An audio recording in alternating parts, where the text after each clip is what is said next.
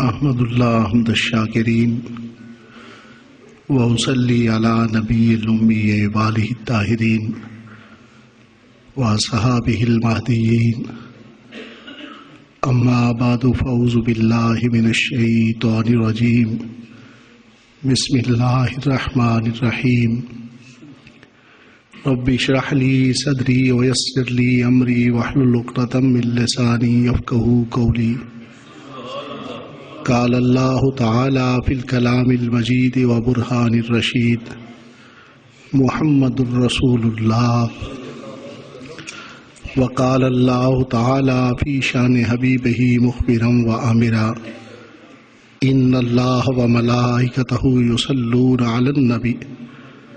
یا ایہا الذین آمنوا صلوا علیہ وسلموا تسلیما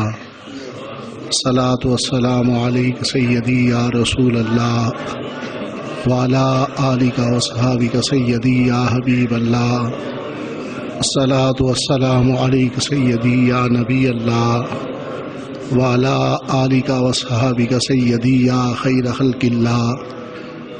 اللہم صل علی نور الظلام اللہم صل علی بدر الکمال اللہم صل علی مفتاح دار السلام اللہم صل علی شفیع جمیع الانام لوح بھی تو قلم بھی تو تیرا وجود الکتاب گنبد آبگینہ رنگ تیرے محیط میں حباب شوکت سنجر و سلیم تیرے جلال کا نمود فقر جنید و بایزید تیرا جمال بے نقاب بعد از حمد بدرگاہ مجیب الدعوات خالق کائنات جل والا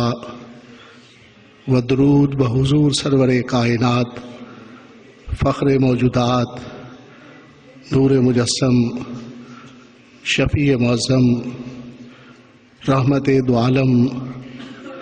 حضرت احمد مجتبیٰ جناب محمد مصطفیٰ علیہ تحیت والثناء معزز سامعین حاضرین علماء کرام وارثان منبر و محراب اصحاب عقل و بینش قابل صد تعظیم سادات عظام سٹیج پر جلوہ گر قابل قدر شخصیات آج کی یہ بابرکت تقریب سعید مجلس الدعوت الاسلامیہ قمریہ کے زیر انتظام محبی فی اللہ حضرت مولانا فاروق احمد سیالوی صاحب اور ان کے برادر اکبر حافظ غلام رسول سیالوی صاحب نے آقا نامدار مدنی تاجدار شافع یوم النشور حضور پرنور سید عالم صلی اللہ علیہ وسلم کے جشن میلاد کے سلسلہ کے اندر سجائی ہے۔ اللہ رب العزت ان کے انتظام و انصرام کو اپنی بارگاہ اقدس کے اندر قبول و منظور فرمائے اور سبھی حاضرین کو میلاد النبی صلی اللہ علیہ وسلم کے برکات و ثمرات سے مالا مال فرمائے۔ معزز سامعین، میلاد النبی صلی اللہ علیہ وسلم ایسا عمل مبارک ہے کہ قرون اولیٰ کے محدثین جس عمل کو خود کرتے بھی تھے اور زمانے کے اندر اس کی ترویج اور اشاعت کے لیے کوشاں بھی تھے، وہ مبارک نفوس جنہیں اقوال مصطفیٰ، فرامین مصطفیٰ اور ارشادات مصطفیٰ صلی اللہ علیہ وسلم کے جمع کرنے کا، تدوین کا، محفوظ کرنے کا اور اشاعت کا اعزاز حاصل ہوا، وہ احباب میلاد النبی صلی اللہ علیہ وسلم کی محفل کو اپنا شعار اور اپنی علامت تصور کرتے تھے، یہاں تک کہ محدثین عظام کی جماعت میں سے ایک بڑا نام حضرت علامہ عبد الرحمن ابن جوزی رحمہ اللہ کا ہے، جو صرف خود عمل میلاد کرتے نہیں تھے بلکہ اس کی ترویج اور اشاعت کے لیے آپ نے مستقل رسالہ مولد العروس کے نام سے مرتب فرمایا، صلی اللہ علیہ وسلم کی ولادت شریف کے احوال اور اس کے فضائل اور برکات کا مبارک تذکرہ فرمایا۔ شارح بخاری علامہ ابن حجر مکی رحمہ اللہ نے ایک مستقل رسالہ النعمت الکبریٰ کے نام سے اسے تحریر فرمایا، جس کے اندر آپ ارشاد فرماتے ہیں کہ میلاد النبی صلی اللہ علیہ وسلم ایسا عمل مبارک ہے کہ جس جگہ پر کیا جائے رب تعالیٰ کی رحمتوں اور برکتوں کا نزول ہوتا ہے، اور صرف برکتوں اور رحمتوں کا نزول ہی نہیں، ایسی جگہ پر رب تعالیٰ وہاں کے رہنے والے، وہاں کے باشندگان، وہاں کے سکانان کے رزق کے اندر رب تعالیٰ وسعت فرما دیتا ہے، اور صرف رزق کی وسعت اور برکت کا نزول نہیں بلکہ ایسے مقام سے رب تعالیٰ دکھوں، بلاؤں اور مصیبتوں اور تکالیف کو اٹھا لیتا ہے۔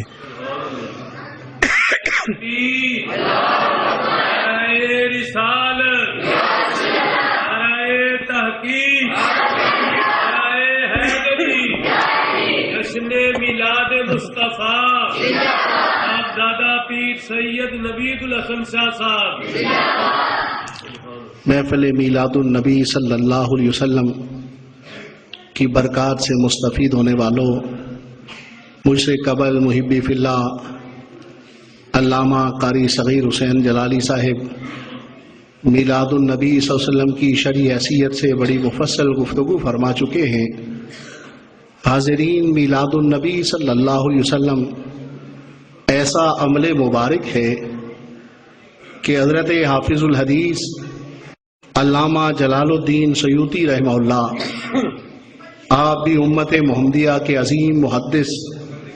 اور عظیم مفسر ہوئے ہیں۔ آپ ارشاد فرماتے ہیں کہ میلاد النبی صلی اللہ علیہ وسلم ایسا عمل مبارک ہے جو امتی کو اپنے آقا و مولا کا قرب نصیب فرما دیتا ہے۔ حاضرین، یہ ایسا عمل مبارک ہے کہ بڑے بڑے پارسا، بڑے بڑے زہاد، بڑے بڑے صاحب ورع اور بڑے بڑے صاحب تقوی اور بڑے بڑے ارباب دانش اس عمل مبارک پر ناز کرتے رہے ہیں اور افتخار کا سبب اسے سمجھتے رہے ہیں، یہاں تک کہ برکت المصطفیٰ فی الہند محقق علی الاطلاق شیخ عبدالحق محدث دہلوی رحمہ اللہ، آپ بھی محدثین کی جماعت کے ایک عظیم فرد ہیں۔ آپ نے اخبار الاخیار کے دیباچہ کے اندر لکھا کہ رب تعالیٰ کی بارگاہ میں سرخ روئی اور نجات کا ذریعہ اگر کسی عمل کو تصور کرتا ہوں تو وہ میرے دامن میں ایک ہی عمل ہے کہ میلاد النبی صلی اللہ علیہ وسلم کی مجالس کے آخر میں اللہ کے حبیب جناب مصطفیٰ کریم صلی اللہ علیہ وسلم کی بارگاہ اقدس کے اندر محبت و عقیدت سے کھڑے ہو کر سلام عرض کرتا ہوں۔ معزز سامعین،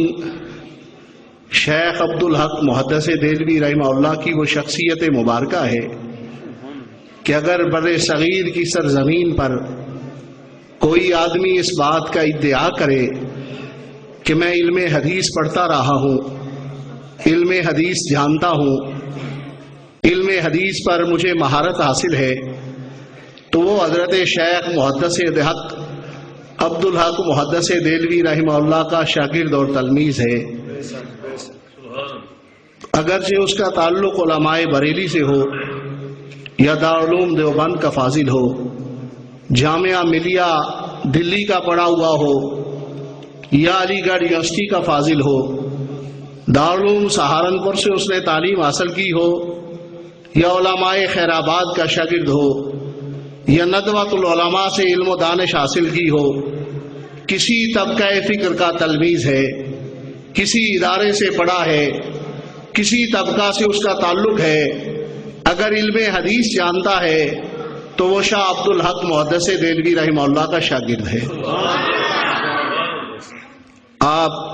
کے دامن کے اندر نیکیاں بھی موجود ہیں، خیر بھی موجود ہے، بھلائی بھی موجود ہے، بارگاہ رسالت کی مقبولیت بھی موجود ہے۔ اس کے باوجود اگر آپ سرخروئی اور نجات کا سبب میلاد مصطفیٰ کے عمل کو تصور کرتے ہیں تو دیکھیں اس عمل کی عظمتیں کیا ہیں، اس عمل کی رفتیں کیا ہیں، اس عمل کی برکات کیا ہیں۔ آپ کی ذات گرامی وہ ذات اقدس ہے جنہیں مسجد نبوی شریف کے اندر بھی حدیث مبارکہ پڑھانے کا اعزاز حاصل ہوا، اور دہلی کے اندر 40 سال تسلسل کے ساتھ حلقہ حدیث قائم رہا۔ زمانے کے افراد نے آپ سے علوم حدیث حاصل کیے۔ بارگاہ رسالت میں مقبولیت کا یہ عالم ہے کہ آپ حج کے لیے تشریف لے گئے تو مدینہ منورہ میں زیارت نبی صلی اللہ علیہ وسلم کے لیے حاضر ہوئے تو وہیں کے ہو کے رہ گئے، علم حدیث مسجد نبوی شریف میں پڑھانا شروع کر دیا۔ میرے آقا جناب مصطفیٰ کریم صلی اللہ علیہ وسلم کی زیارت کا شرف حاصل ہوا۔ سرکار دو عالم صلی اللہ علیہ وسلم نے فرمایا، عبدالحق بر صغیر میں علم حدیث کی اشاعت کی ضرورت ہے، دلی چلا جا۔ عرض کی آقا میں تو مدینہ منورہ اس لیے ٹھہر گیا ہوں کہ جب جی چاہتا ہے اپنی آنکھوں کو گنبد خضرا کے نظارے سے ٹھنڈا کر لیتا ہوں، اسے سرور و راحت عطا کر لیتا ہوں۔ میرے آقا جناب مصطفیٰ کریم صلی اللہ علیہ وسلم نے فرمایا، عبدالحق میرے حکم پر دلی چلا جا، یہاں تو گنبد خضرا کے نظارے سے اپنی آنکھوں کو مسرور کرتا ہے، اگر علم حدیث کی اشاعت بر صغیر میں کرتا رہا تو وہاں تو گنبد خضرا کا نظارہ ملتا ہے،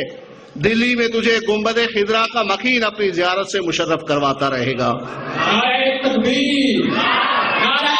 رسالت، نعرہ تحقیق، نعرہ حیدری،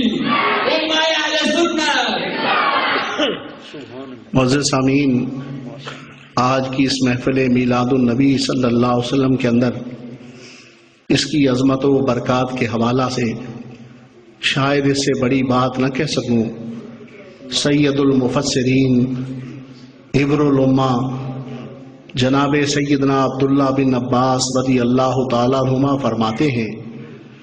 کہ مدینہ منورہ میں انصار کے محلے سے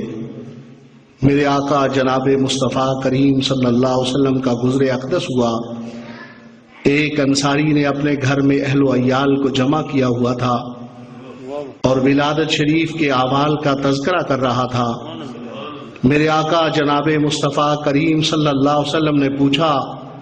اس انداز میں اعزاء و اقارب کو جمع کرنے کا کیا مقصد ہے؟ یہاں اکٹھے ہونے کی وجہ کیا ہے؟ تو انہوں نے عرض کیا، نحمد اللہ ونشکر اللہ علی ما ہدانا ومن علینا ببعثتہ۔ ہم رب تعالیٰ کی حمد کر رہے ہیں، ہم رب تعالیٰ کا شکر ادا کر رہے ہیں۔ بھئی شکر تو اکیلے بیٹھ کے بھی کیا جا سکتا ہے، حمد الہی تو خلوت قدے میں بھی بیٹھ کر کی جا سکتی ہے۔ اس انداز میں جمع ہونے کا سبب کیا ہے؟ اس انداز میں اکٹھ کرنے کی وجہ کیا ہے؟ عرض کیا، اس لیے کہ ایک تو آپ کی تشریف آوری کے سبب سے رب تعالیٰ نے ہم پر جو احسان فرمایا ہے، اور دوسرا آپ کی وجہ اور آپ کے سبب سے رب تعالیٰ نے جو ہمیں ہدایت عطا فرمائی ہے،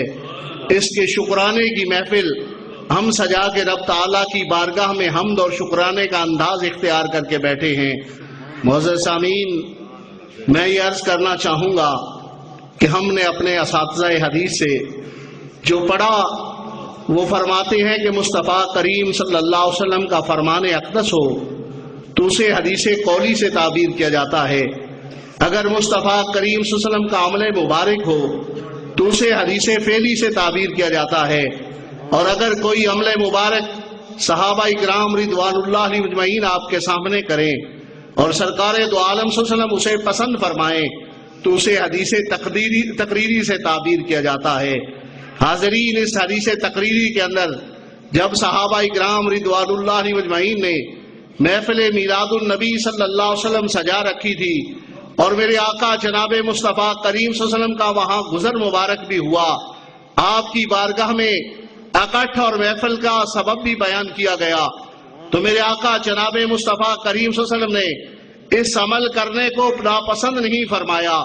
بلکہ اپنے ان غلاموں کے لیے ایک مجدہ جافزہ عطا فرمایا، وجبت علیکم شفاعتی، اگر تم میری تشریف آوری پر محفل میلاد سجا کے بیٹھے ہو، اگر میرے قدم رنجا فرمانے پر رب کے حضور شکرانہ کر رہے ہو،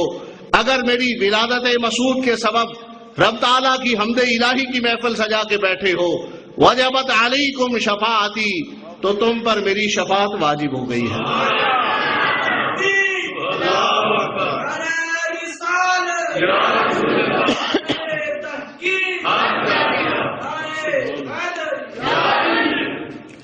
معزز سامعین، اس سے آگے آپ کو لے جانا چاہتا ہوں۔ علماء علم اصول ارشاد فرماتے ہیں کہ اللہ رب العزت کا فرمان اقدس ہو یا مصطفیٰ کریم صلی اللہ علیہ وسلم کا ارشاد مبارک ہو تو اس کے اندر یہ بات نہیں دیکھی جاتی کہ اللہ اور رسول نے یہ حکم کس کو فرمایا ہے، دیکھا یہ جاتا ہے کہ اللہ اور رسول نے یہ حکم کس لیے فرمایا ہے، اللہ اور رسول نے یہ حکم کیوں فرمایا ہے، حکم کے سبب اور علت پر غور کیا جاتا ہے۔ سمجھانے کے لیے عرض کرنا چاہوں گا کہ رب تعالیٰ نے جب اس کلام ربی کا نزول فرمایا، اقیم الصلاۃ، تم نماز قائم کرو، تو اس ارشاد کے مخاطبین صرف وہ صحابہ اکرام رضوان اللہ علیہ مجمعین تھے جو اس وقت سرکار دو عالم صلی اللہ علیہ وسلم کی غلامی میں شامل ہو چکے تھے۔ 14 صدیاں گزر چکی ہیں، آج تک نہ کسی امت کے امام نے، نہ کسی مجتہد نے، نہ کسی فقیہ نے، نہ کسی دانشور نے اور نہ کسی صاحب فکر نے یہ کہا ہے کہ نماز کی فرضیت صرف ان مخاطبین قرآن پر ہے جو صحابہ اکرام رضوان اللہ علیہ مجمعین اس وقت مصطفیٰ کریم کی غلامی میں شامل ہو چکے تھے،